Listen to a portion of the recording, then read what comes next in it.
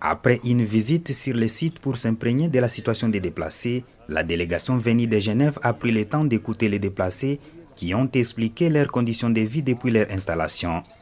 Dans un face-à-face, les représentants des déplacés se sont exprimés, faisant du retour dans leur village une solution durable. Tunalomba sana kuba partenaire wenye walitusaidia baongeze nguvu tena ya kuona wale wenye bako nakuya.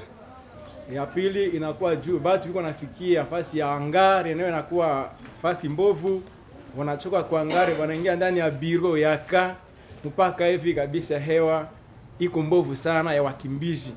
Malgré les conditions de vie dans lesquelles ils vivent actuellement, ces déplacés n'ont pas oublié l'aide fournie par l'UACR en partenariat avec le gouvernement congolais. ACR mimi naishukuru kwanza ilitusaidia kutupatia mabashe, machungu, mabli antuka. Mimi naishukuru sana. Kwanza kwa delegation yenyewe wamekuya fanya leo. Mimi najua selo maswali yenyewe wametuuliza, mimi najua kuhusu yenyewe tumepana, tutapata mwangaza, tutapata solution. Dans cette région, des camps de déplacés se multiplient et les conditions de vie y sont difficiles, en particulier pour les femmes. Elles sont de plus en plus nombreuses à briser le silence et témoignent les viols qu'elles subissent alors qu'elles font les tâches domestiques. C'est le cas de Aziza Ruimba, déplacée de Rusayo. Malalamiko tunawatolea juu ya chakula. Juu pato ya chakula inakuwa kidogo, sasa tunaenda vunja, tunakutana kule wabakaji wanatubaka. Tunapata na ile shida sana sana, sasa chakula inatukosea. Tunashukuru kwanza kuwaona mashida zetuko nazo ilifo tubambie.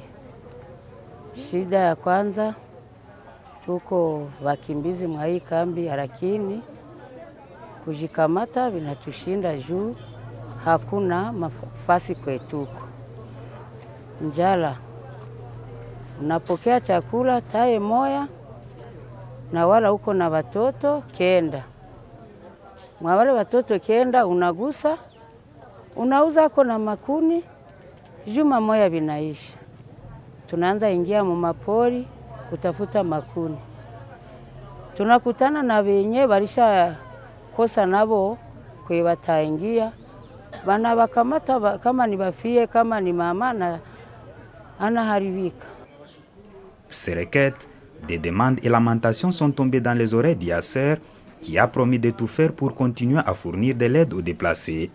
Voir dans quelle mesure on est en train de fournir l'assistance adéquate aux personnes déplacées ici en RDC. Comme vous savez, la RDC est un des pays du monde qui a le plus grand nombre de personnes déplacées internes, 6,2 millions de personnes.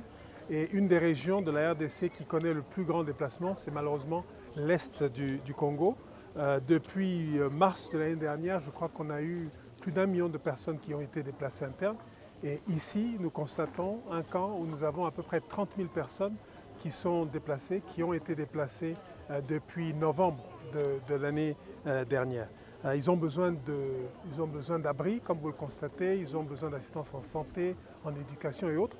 Et notre objectif, c'est de voir comment on peut augmenter cette assistance, comment on peut améliorer cette assistance. Et nous avons parlé à des habitants de ce camp pour entendre quels sont les défis auxquels ils font face.